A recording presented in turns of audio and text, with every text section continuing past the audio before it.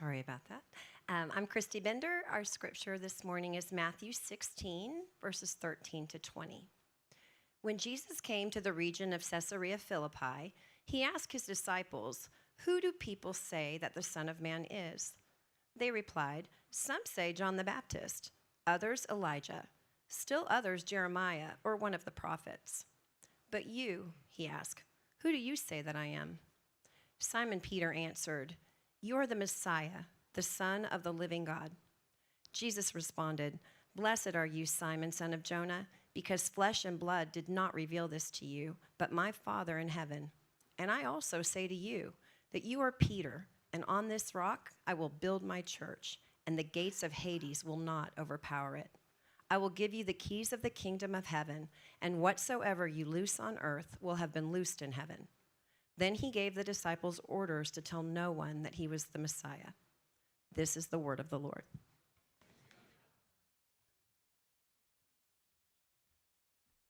Thank you, Christy. Oops. Nate, Hannah, thank you so much, and worship team for leading us today. That was marvelous.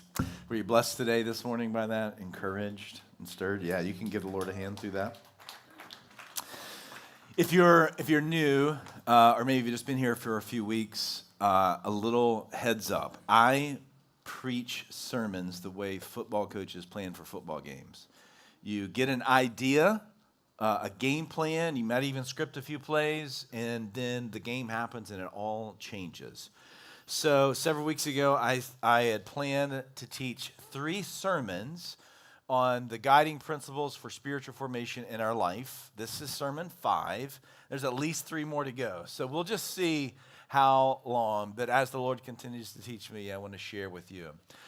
Today is going to be a bit unique in the teaching in that the passage that Christy read for us is maybe in a unique way loaded with historical and cultural context that we need to understand to properly interpret and understand the significance of what is happening in the life of Jesus. So you're going to get a bit of an overload in that on the front end. So stick with me. I think it's actually pretty fascinating, but as we go through some things that you might not normally hear in a sermon, I think it will help maybe turn on a light bulb in a fresh way of Matthew 16 and the life and ministry of Jesus.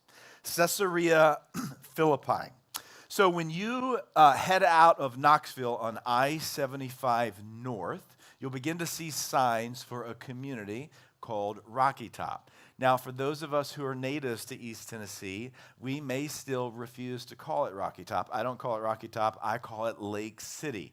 Because for most of my life, it was known as Lake City because when TVA built Norris Dam, it created Norris Lake, Lake City, from the 30s until recently it was called Rocky Top. Well, the disciples, and Matthew in particular, records this narrative of Jesus taking them to Caesarea Philippi. That would have been a very accurate way of describing the city, the community they visited, based on time and Romans' occupation of the world, really. But they would have probably known and said amongst themselves that they were in a place called Peneus. Peneus was this community in the northern part of Israel, and its name comes from its association with the Greek god Pan. Now stay with me. Today, if you were there, if you went to visit Peneus, it would be known as Banaeus with a B. And that's the Hebrew Aramaic equivalent of the Greek city Peneus. Now, in ancient Roman times, Herod the Great gives his son Philip the city and names it in Roman fashion Caesarea Philippi. Wouldn't you love to get a city for your birthday? But they would have known it as this place, Peneus. Now, in Peneus, where the disciples were at, even today, you could go there as a tourist. You would see the springs of Peneus and the cave of Panan. This was thought to be in biblical times as this bottomless pool, this gateway to a dark underworld known as the gates of Hades. So every time you have read the gates of Hades in your New Testament, I'm going to surmise that you have probably pictured in your mind the phrase that has been translated in older translations of Bible, gates of hell, and that's not a bad translation. But what the people of Jesus would have pictured in their mind is this. Now, this just looks like a tourist place for us. It looks like a small creek, a small spring, but for the ancients, they could not get to the bottom of this spring. They thought it was this gateway to this dark underworld.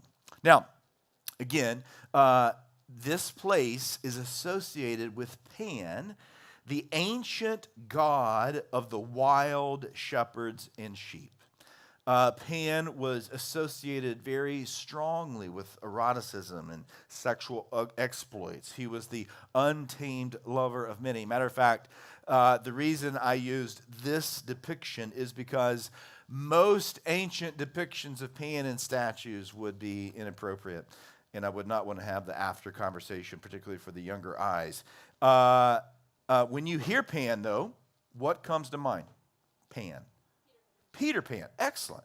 Well, James Matthew Barrie actually named his fictional character, Peter Pan, after the Greek mythological god Pan, because Peter Pan is the symbol of a free spirit.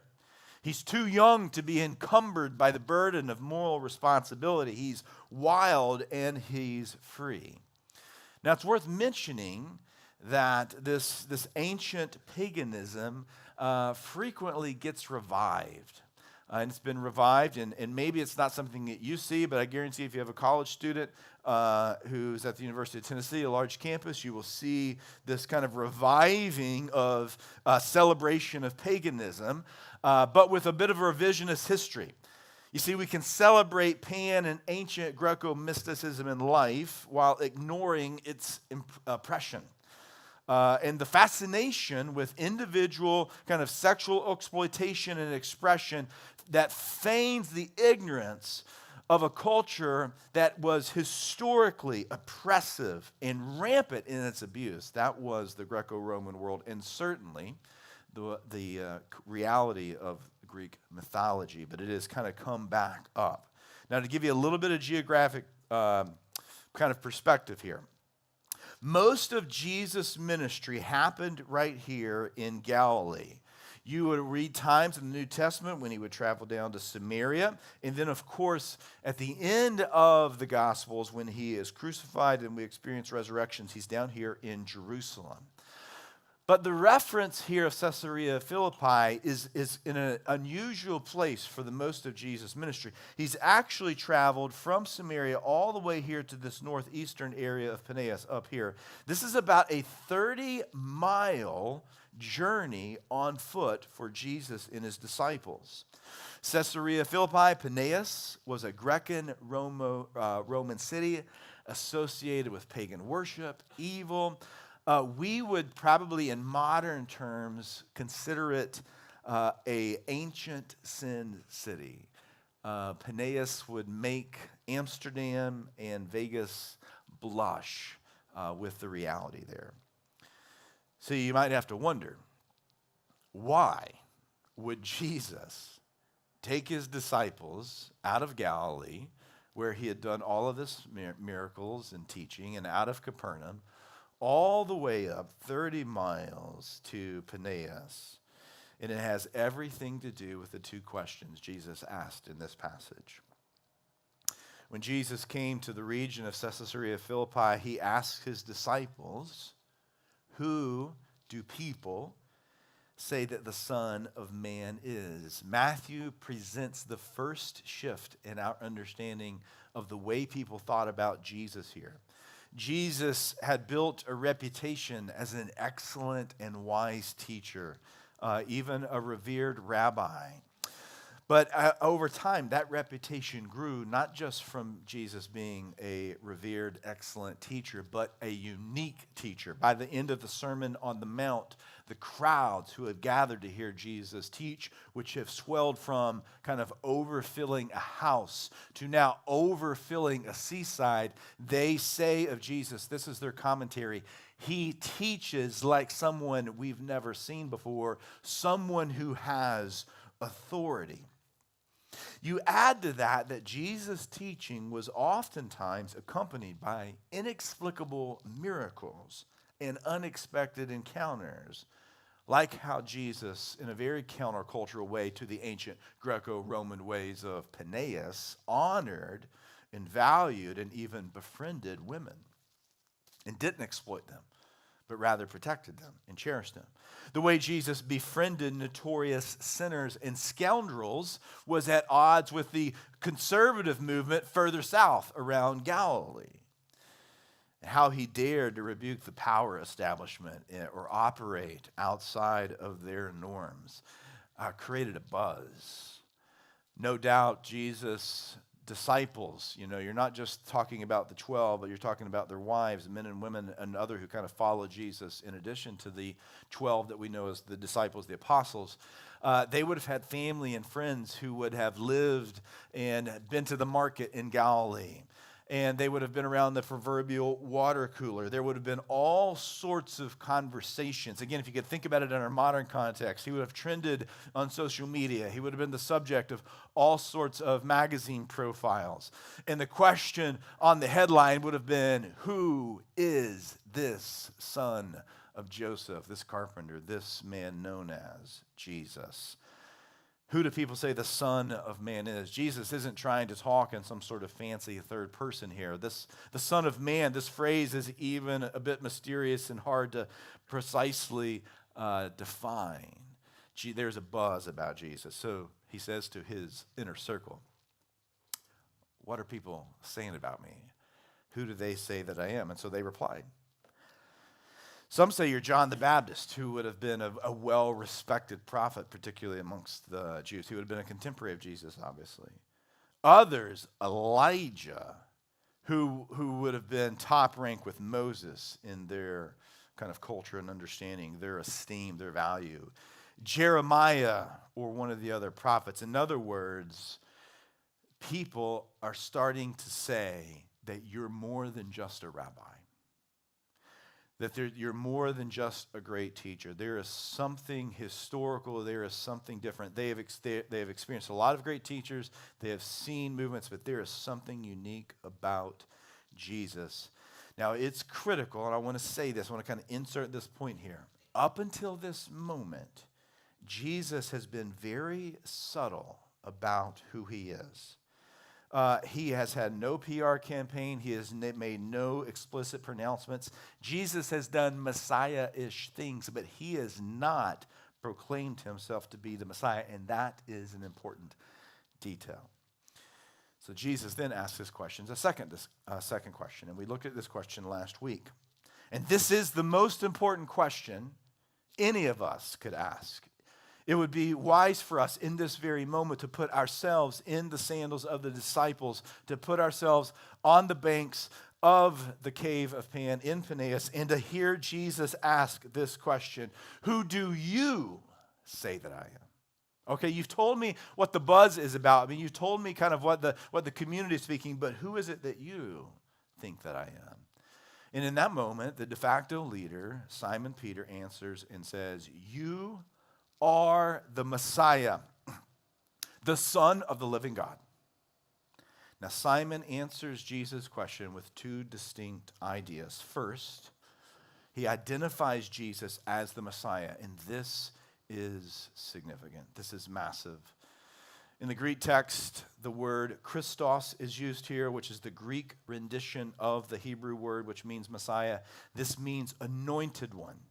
And to the ancient Hebrews, they would have understood the anointed one to be the king of Israel. So picture in your mind what Peter was meaning. Peter was picturing an inaugurated Most High ruler who would come not only to rule and reign over Israel, but to rule and reign over the world, to overthrow Roman oppression, to overthrow all of Alexander's exploits, and to set up rule as the one true God.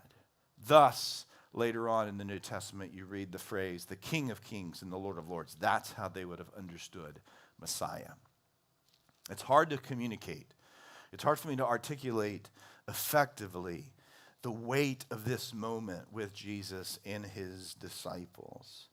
Simon Peter declares, really on behalf of this band that have followed Jesus, what they believe about Jesus, that he is the one that they and all of their ancestors have been waiting for since the days of Abraham. He is the anointed king, the Messiah. And this next point, this next detail will help us understand the New Testament more clearly. Peter and his fellow disciples, they're not thinking of Jesus or speaking of Jesus as Messiah in a strictly spiritual sense. For them, this was indeed very political. Simon is giving Jesus a title that, when spoken of by the wise men, caused Herod the Great to enact an infanticide, genocide amongst young babies in Bethlehem. The reason Jesus is cautious about how he talks about himself is because what they are espousing about Jesus, well out of range of the power brokers, is a tantamount to treason. They are attributing to Jesus that he is greater than Caesar, that he's greater than any of the Jewish rulers.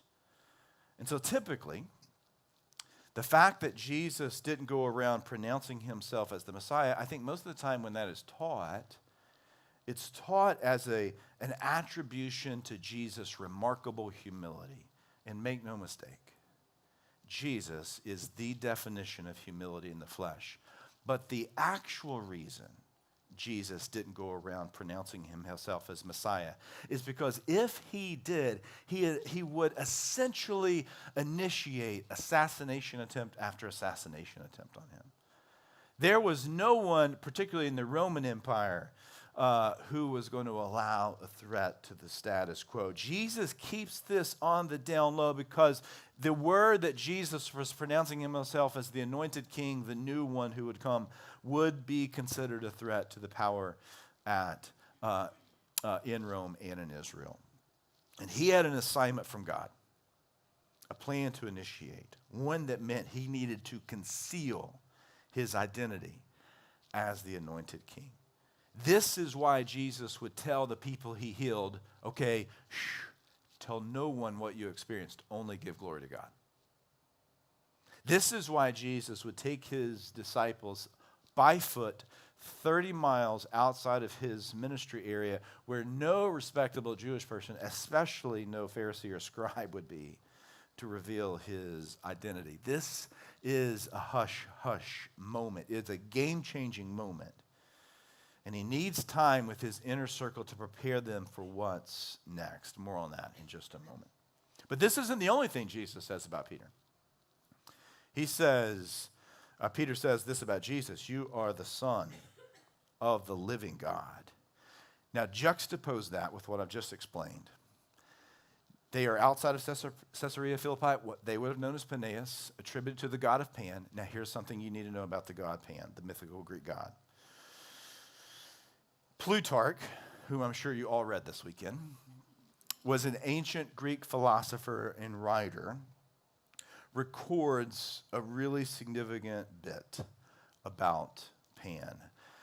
Pan was the only mythological Greek god to die. And he died during the reign, Plutarch records, of Tiberius. When you hear the name Tiberius, maybe it rings a bell because you hear it in the Nativity story. Luke chapter 3 records about Tiberius, and Plutarch writes, the great god Pan is dead. And this fact becomes a major theme for ancient Greek philosophers, but then modern philosophers, especially modern Christian philosophers and theologians. Matter of fact, G.K. Chesterton amplified the significance of this moment.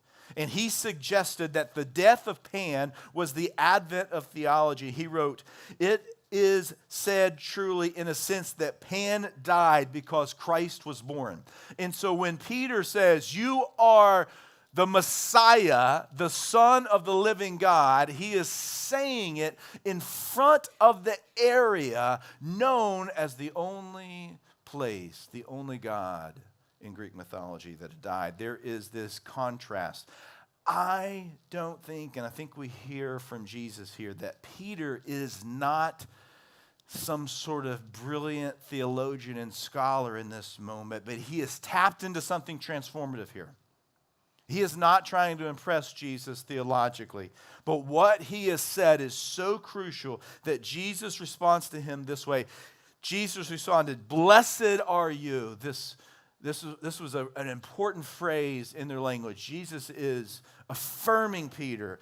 "Blessed are you, Simon, son of Jonah, because flesh and blood did not reveal this to you, but my Father in heaven." Here's what Jesus is saying. Simon, you have tapped into something more than just an inspirational moment. Simon is not projecting himself onto Jesus. Simon is not projecting his hopes and dreams onto Jesus in this moment. He has not built consensus. Simon has not kind of tapped into some sort of YouTube trend. He has experienced revelation. And what is flowing out of him is something kind of supernatural that Jesus has showed him. And so Jesus goes on and he says, "To you, Simon, I also say to you that you are Peter, and on this rock I will build my church, and the gates of Hades," right over Jesus' shoulder, "will not overpower it." Simon gives Jesus a title, Messiah, Son of the living God. And in this kind of literary twist, Jesus then gives Simon a title.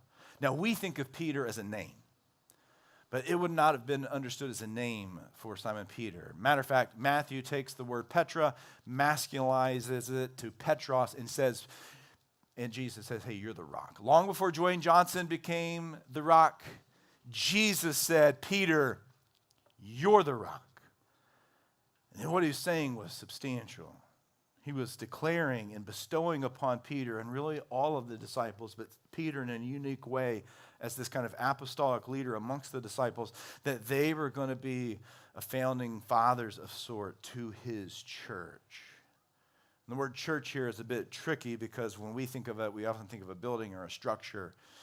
But the word here is the Greek word ecclesia, which means kind of a citizen, a group of citizens, a group of people.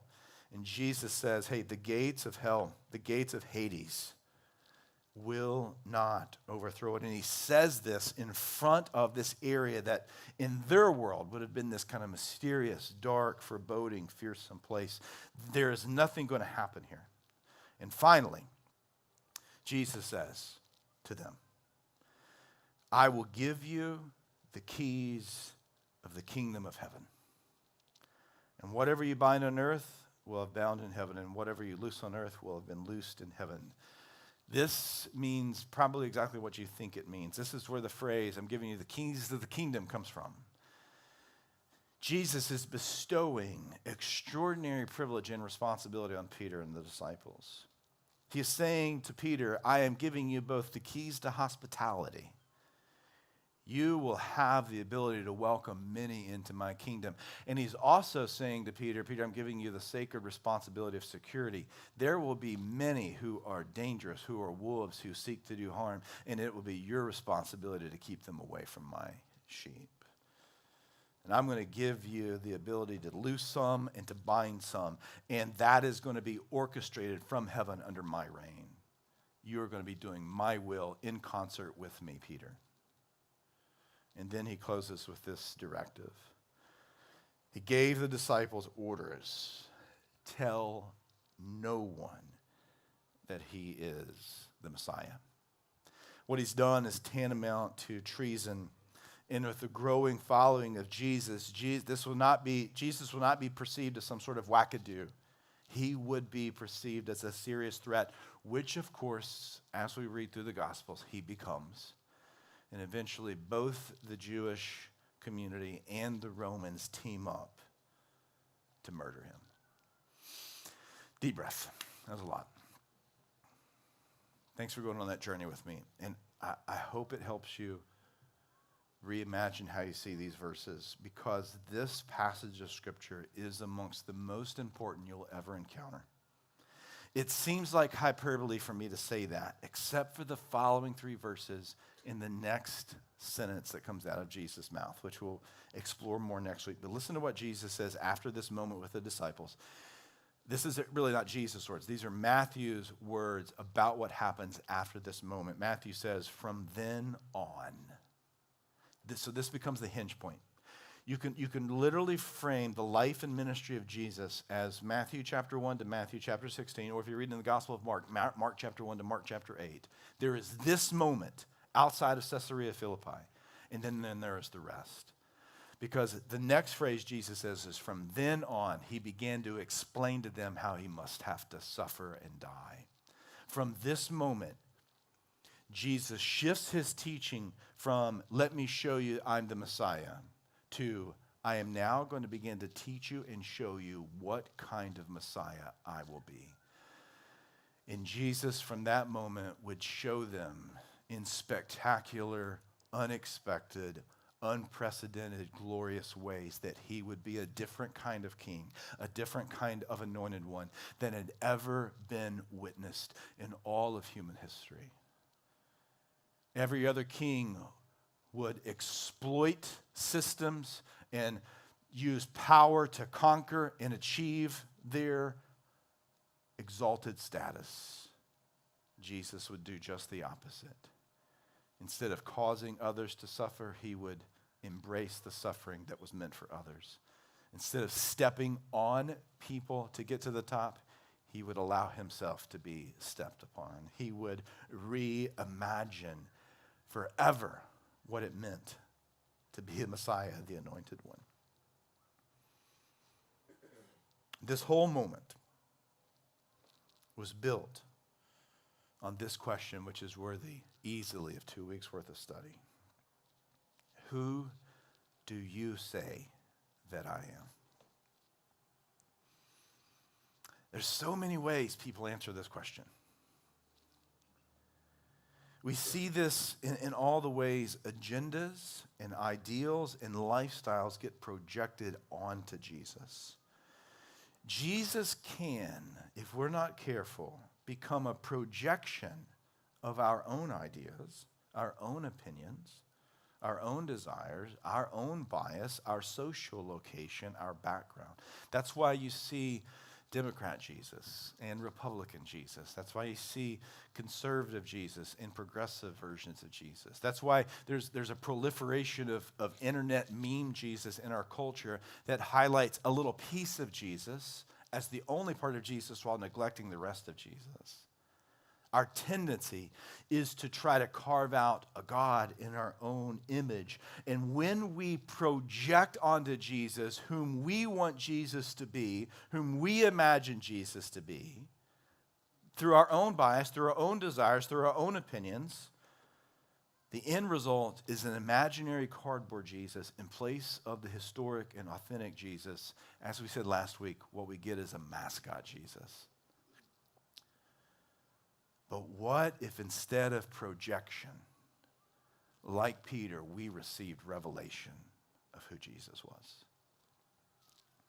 See, here's my hope this morning. Here's my hope in this teaching. Here's the whole goal, is that many of us, some of us for the first time, but maybe for a lot of us for a fresh first time in a while, that we would have a Peter moment today and we would hear the voice of Jesus ask deepest into our souls, in the deepest part of our soul, who do you say that I am? Brad, who do you say that I am? Fellowship West, I know there's all sorts of opinions about Jesus out there, but who do you say that I am? And how we answer this question is the most defining thing about us. This is where theology and the gospel lines up perfectly with social psychology. Social psychology would say that whatever you give your heart to, whatever you love, whatever you give your desires to, that is what shapes you and forms you. And ultimately, you become the end result of that process. And Jesus would say, yes, I agree with that. how you understand me, who you understand me to be, where you put me in your life, how you think about me, how you relate to me is the most formative and shaping thing about you. It will shape everything from the way you think to the way you behave in relationships, in parenting, how you think about career, certainly how you think about faith. So how, if we were Peter and Jesus said, all right, Peter, I know that's how that group of people think about me, and I know that group of people say this about me, but how do you understand me? Who do you say that I am? How would we answer that question? Well, in light of history, we could answer that question in a very similar way as Peter. History tells us a great deal. We have actually a unique perspective that Peter doesn't have. Peter is understanding and he's seeing Jesus in the flesh. And as we will see next week, it doesn't take Peter long to go from the rock who has proclaimed Jesus as the Messiah and the Son of the living God to, hey, Peter, you're acting like Satan now. Would you get behind me, right? I relate to Peter so much, right? We have a unique perspective that Peter doesn't have. Peter is looking at Jesus in a forward kind of motion into history. We look at Jesus in light of the last 2 millennia of history. And history tells us a lot about who Jesus is. Not only did Pan die, but so did Greek mythology. Not only did Caesar, Tiberius Caesar, Herod the Great, Dominion, Nero, every Caesar died. The great Roman Empire and its glorious Colosseum was laid to ruins and has been dead for 1,500 years. The gates of Hades, that so many people were terrified, is a tourist stop, and you can take a photo like the one I showed you if you visit northern Israel. But Jesus, he's the risen, anointed king. The church, think about this. Think about this in the terms of these Galileans outside of Peneus. That little group of people, fishermen, blue collar, ordinary workers, men in particular who had been passed over as rabbis and spiritual leaders, and so they went back to their family trade. This little group of ragtag, like the idea that people could look at them and say, hey, into the future, one day, the entire planet will have influence of the way of Jesus on it. That the church would become a growing and thriving entity that it is today from this little grassroots of Galileans was laughable in that moment. But as Jesus said, not even the gates of Hades can overcome it. And Jesus meant more than just the cave at Peneus. He was trying to say that there are all sorts of forces, there are all sorts of short-term, temporary empires, and they will all crumble, but what will stand forever is my kingdom and my church and my people. But for God, who do you say that I am? Jesus is king. But are we surrendering to his glorious reign? Jesus is the living God, but are we experiencing life with Christ? That's the aim. That's what we're about. That's why we're teaching this. That's why we're giving ourselves to this. Is that when you leave here today, man, if we just sang songs and had a sermon, it'd be okay. But that's not what we're after. That's not what Jesus wants for us. Jesus wants us to have an encounter with him, the anointed Messiah, the living Son of God, the one who is and always will be the risen, victorious Savior God. Amen? All right. Well, I think we're going to